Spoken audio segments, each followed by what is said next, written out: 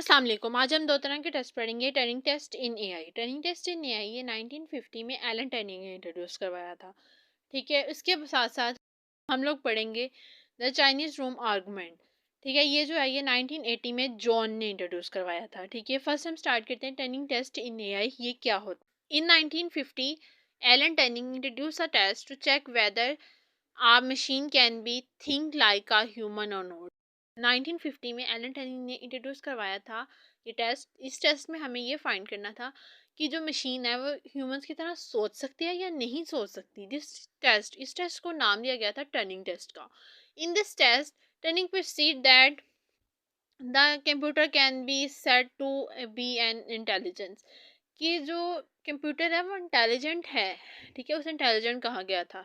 If it is, लेकिन अगर human response ये जो है ये ह्यूमंस की तरह रिस्पॉन्स कर सके स्पेसिफिक कंडीशन में। ठीक है, Turing test was introduced by Turing in his paper 1950 में। ठीक है, ये टेस्ट जो है इंट्रोड्यूस होता है 1950 में, जैसे कि हम पहले पढ़ चुके हैं। ये कंप्यूटर मशीनरी इंट्रोडक्शन इसका नेम था, जिसमें इसमें क्वेश्चन कंडीशन जो थी ना विच कंसीडर द क्वेश्चंस, इसमें क्वेश्चन कंसीडर किया गया था। कैन मशीन थिंक, क्या मशीन सोच सकती है। ठीक है, इस टेस्ट के लिए ये हुआ था कि 3 रूम्स थे। ठीक है, एक में प्लेयर ए था, एक में प्लेयर बी था और एक में प्लेयर सी था।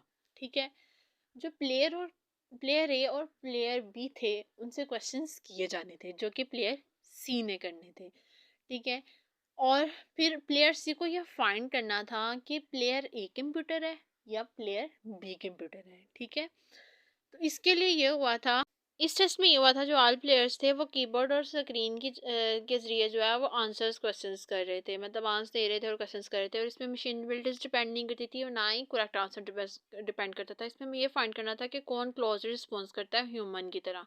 ठीक है, जैसे कि प्लेयर सी ने क्वेश्चन किया कि क्या तुम कंप्यूटर हो, तो प्लेयर ए ने कहा कि नहीं, जो कि कीबोर्ड था। ठीक है, उसके बाद उसने सवाल किया कि दो लार्ज नंबर्स को मल्टीप्लाई करो, तो उसने गिव रॉन्ग आंसर किया। इस गेम में ये था कि हमें ये, अगर जो प्लेयर सी है वो एबल नहीं होता आइडेंटिफाई करने के लिए कि कौन मशीन है और कौन ह्यूमन है, तो ये जो टास्क है टेस्ट है ये सक्सेसफुली हो जाना था। और इसमें ये कहा जाना था कि मशीन इंटेलिजेंट होती है, ये ह्यूमन की तरह थिंक कर सकती है। ठीक है, इस टेस्ट का ये था कि हमें ये फाइंड करना था कि रोबोट जो है वो इंटेलिजेंट्स होते हैं, वो ह्यूमंस की तरह थिंक कर सकते हैं। इसके बाद आ जाता है चाइनीज रूम आर्गूमेंट। ये जो ये क्यों हुआ था, ये इसलिए हुआ था कि बहुत से फिलोसफर्स थे जो जिस एग्री थे, ठीक है, आर्टिफिशियल इंटेलिजेंस के बारे में। तो ये जो मोस्ट फेमस आर्गूमेंट हुआ था ये चाइनीज रूम आर्गूमेंट था। ठीक है, ये 1980 में हुआ था, जिसे जॉन ने जो है ना प्रेजेंट करवाया था। ये एक्सपेरिमेंट था।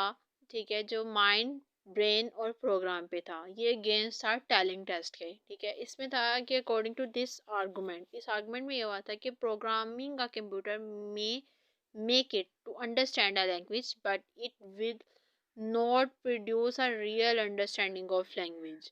He argued that machines such as Elsa and Prey could easily pass the Turing test by manipulating keyboards and symbols, but they had no real understanding of language, so it could not be described a thinking capability of a machine such as a human.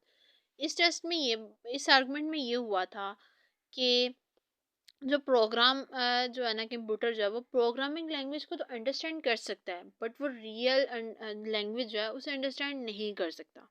ठीक है, इसमें ये argue हुआ था कि जो machines हैं, उन्होंने, कुछ मशीन्स थी, उन्होंने टर्निंग टेस्ट तो इजीली मैनिपुलेटेड कीबोर्ड्स और सैम्बल्स के जरिए पास कर लिया था, लेकिन उन्हें रियल लैंग्वेज की अंडरस्टैंडिंग नहीं थी। ठीक है, तो उन वो ह्यूमन कैपेबिलिटीज़ को थिंक नहीं कर सकते थे।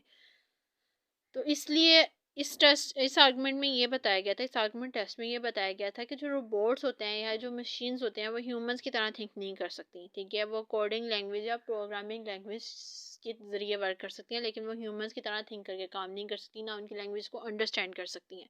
उनकी लैंग्वेज को अंडरस्टैंड करने के लिए भी उन्हें प्रोग्रामिंग लैंग्वेज या फिर बाइनरी कोड्स की ज़रूरत पड़ती है।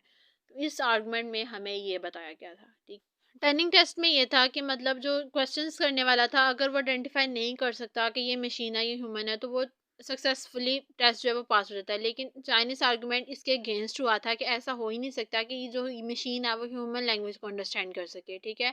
उन्होंने बताया था कि 2 मशीन जिन्होंने पास किया वो सिर्फ सैम्पल्स और कीवर्ड्स को मैनिपुलेट कर सकती हैं, लेकिन वो रियल लैंग्वेज को अंडरस्टैंड नहीं कर सकती, ठीक है। तो इसलिए ये चाइनीज़ आर्गूमेंट में हुआ था कि जो मशीन्स हैं वो ह्यूमन की तरह थिंक लाइक, इसीलिए वो रियल लैंग्वेज को अंडरस्टैंड नहीं कर सकती। आई होप सो आपको समझ आई होगी। Subscribe, share and click the bell icon. Thank you for the watch.